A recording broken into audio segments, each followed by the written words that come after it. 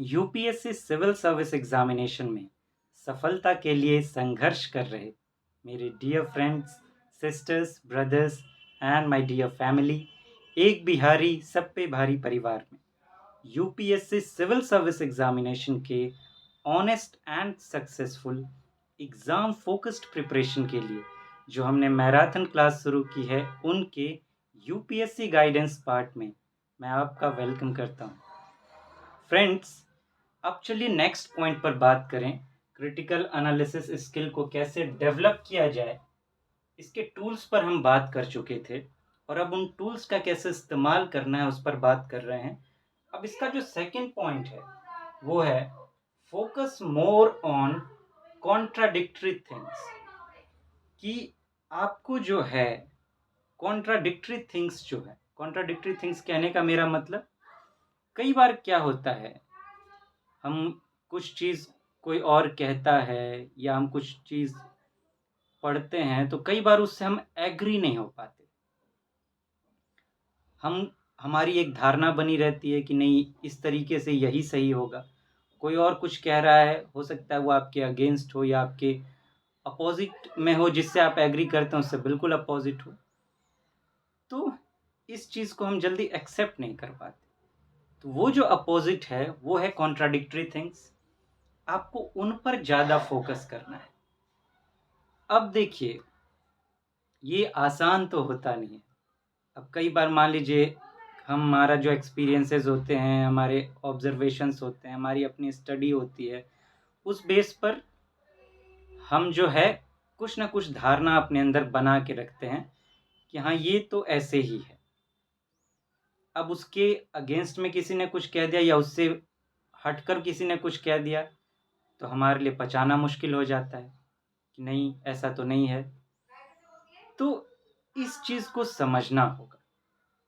अब यूपीएससी का जो एग्ज़ाम है वो आप क्या एग्री करते हैं, नहीं करते हैं, उससे उसको कोई लेना देना नहीं।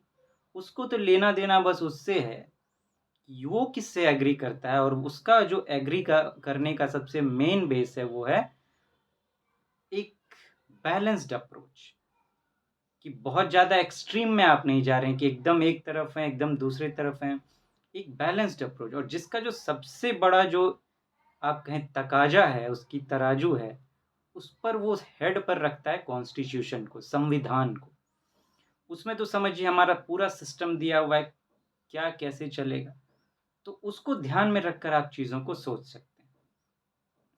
तो जब भी आपको ऐसा कॉन्ट्राडिक्टरी थिंग्स मिले, कि आपने कुछ पढ़ा है तब, कुछ सुना है तब, किसी से आप डिस्कस कर रहे हैं तब, तो आप क्या करिए, उस टाइम में इंस्टेंट एकदम रिजेक्ट मत करिए चीज़ों को। आसान नहीं होगा एक्सेप्ट करना, क्योंकि धारणा जड़ बना के बैठी हुई है।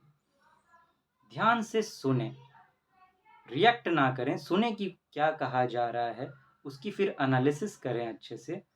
और फिर ये हो सकता है कि आप सही हों, उसके अगेंस्ट में आप हों लेकिन आप सही हों, ये भी हो सकता है। लेकिन इसका जजमेंट आप एनालिसिस के बाद बाद करिए। हो सकता है कि वो सही हो, या हो सकता है थोड़ा-सा आप झुकें, थोड़ा वो झुके, दोनों थोड़े-थोड़े सही हों, इनमें से कुछ भी हो सकता है। तो आप इस चीज़ को लेकर चलेंगे। अब ये नहीं कि बिल्कुल अगेंस्ट आप हो जाएँगे, तो वो गड़बड़ होगी। एक छोटी-सी स्टोरी मैं शेयर करना चाहूँगा आपके साथ। एक बार हुआ क्या कि अपने एक फ्रेंड के यहाँ मैं गया, तो वो एक और के साथ में क्या करते हैं, रूम पार्टनरशिप करके वो लोग रह रहे थे। अब मैं गया, तो वहाँ पर हुआ क्या कि जो दूसरा था, वो एक आंसर लिख रहा था। आंसर लिख रहा था, यूपीएससी के क्वेश्चन का आंसर लिख रहा था। मैंने उससे पूछा कि क्या मैं पढ़ सकता हूँ तुम्हारा आंसर? उसने कहा हाँ, पढ़िए। मैंने पढ़ा और उसके बाद उसको वापस कर दिया। मैंने कुछ कहा नहीं। फिर मैं अपने दोस्त से बातें करने लगा। अब वो मुझसे पूछता है कि मेरा आंसर कैसा था? सही था या नहीं? मैंने कहा कि बता तो मैं दूँ, लेकिन जो मैं बताऊँ उसको लेकर तुम डिस्टर्ब डिस्टर्ब नहीं होगे तभी मैं बताऊँगा। तुम्हारा दिमाग डिस्टर्ब नहीं होना चाहिए, विचलित नहीं होना चाहिए।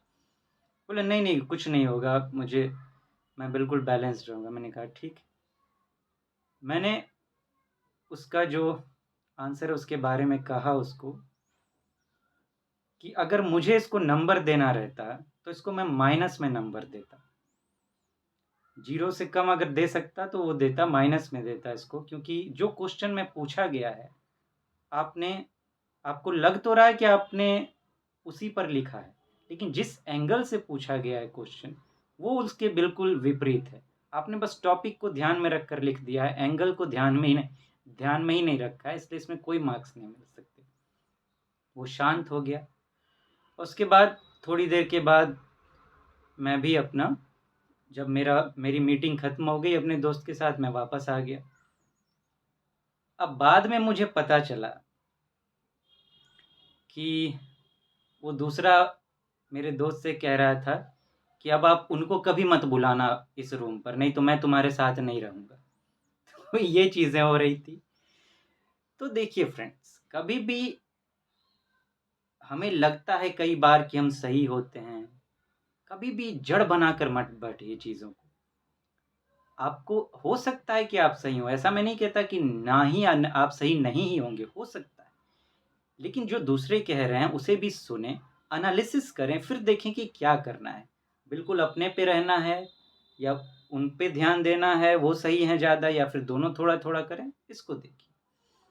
तो जो भी आपको, चाहे आप करंट के न्यूज़पेपर पढ़ रहे हों या स्टडी कर रहे हों या फिर आप किसी से बातचीत कर रहे हो, कहीं भी आपको जो कॉन्ट्राडिक्टरी पॉइंट्स मिलते हैं उस पर ज़्यादा सोचिए।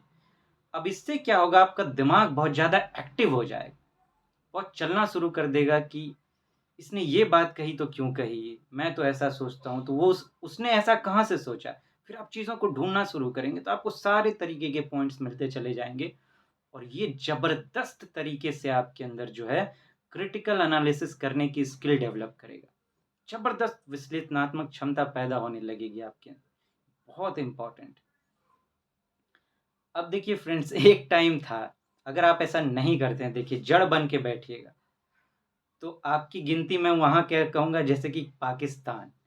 अब आज देखिए, एक टाइम था कि अंग्रेज, इंग्लैंड के लोग भारत को किस नज़र के लोगों को किस नज़र से देखते थे, यहाँ वो शासन करके गए, और आज उसका दिमाग देखिए कि कितना खुल चुका है कि उसने भारत के आदमी को अपना प्रधानमंत्री, अपना हेड बना के रखा हुआ है, सुप्रीम हेड बना के रखा हुआ है। सोचिए कि उसका दिमाग कितना डेवलप कर गया, कितना माइंड ओपन हो चुका है उसको। अब उसको दूसरों को भी एक्सेप्ट करने में कोई दिक्कत नहीं, वो भी इतने बड़े रूप में। तो हम छोटी-छोटी चीज़ों को क्यों नहीं एक्सेप्ट कर सकते? और एक तरफ पाकिस्तान की मैं बात कर रहा था, गलती कोई और कर गया, उसके चक्कर में आपस में लड़ गए, और वो तो सुधर गया, लेकिन आप अभी तक वही चीज़ पकड़ के बैठे हुए हैं, आप इस चीज़ को एनालाइज़ नहीं कर रहे हैं। तो उस कैटेगरी में हमें नहीं जाना है, हमें जो है अपने कैटेगरी में रहना है, एक बैलेंस्ड अप्रोच लेकर। हमेशा ध्यान रखिएगा। तो फ्रेंड्स, आज यहीं रुकते हैं, आगे और पॉइंट्स पर बातें करेंगे, तब तक आप अपना ध्यान रखें। Thank you so much, have a nice day. एक बात कहना चाहूँगा फ्रेंड्स, अभी चूँकि प्रीलिम्स वाला जो टारगेट चल रहा है 2024 का, उसको लेकर हम थोड़ा-सा और क्लासेस को पोस्टपोन कर रहे हैं, उसको लेकर चल रहे हैं गाइडेंस के साथ में। और बीच में कुछ अर्जेंट रीज़न्स की वजह से जो है हमारी शेड्यूलिंग थोड़ी-सी गड़बड़ हो गई थी, लेकिन बहुत जल्द हम लोग प्रॉपर शेड्यूल में बात करेंगे। गाइडेंस तो हमारा चलता ही रहेगा, और साथ में और हम कोशिश करेंगे कि बीच में हमारा कोई गैप ना आए। हाँ, क्लासेस, इस बात का आप ध्यान रखेंगे कि मंडे टू फ्राइडे होगी, सैटरडे संडे क्लासेस ऑफ रहते हैं। तो इस बात का आप ध्यान रखेंगे, तो हम बहुत जल्द ही वो सिस्टमैटिक तरीके से, अब इस तरीके से आएँगे कि मान लीजिए कि एक तो हम बात कर रहे हैं गाइडेंस और जीएस को लेकर, एक टारगेट बेस्ड जो है 2025 जैसा जब होगा, उसको लेकर हम स्किल डेवलप करना भी शुरू करें। तो साथ में जो है पढ़ाई और स्किल डेवलपमेंट, जब ये तीनों मिल जाएँगे, गाइडेंस, पढ़ाई और स्किल डेवलपमेंट, फिर आप देखेंगे कि आप इस तरीके से तैयार हो रहे हैं कि आप एक ट्रू कॉम्पिटिटर यूपीएससी के बन पाएँगे, और फिर रास्ते आसान हो जाएँगे। आप बेस्ट परफ़ॉर्म कर पाएँगे एग्ज़ाम में, और फिर यूपीएससी कैसा भी क्वेश्चन पूछे, आपको तकलीफ़ नहीं होगी, दिक्कत नहीं होगी, आप आसानी से उसको पार पा जाएँगे और यही बड़ी बात होगी, आपके सिलेक्शन में सबसे बड़ा रोल यही निभाएगी। थैंक यू फ्रेंड्स, नमस्ते।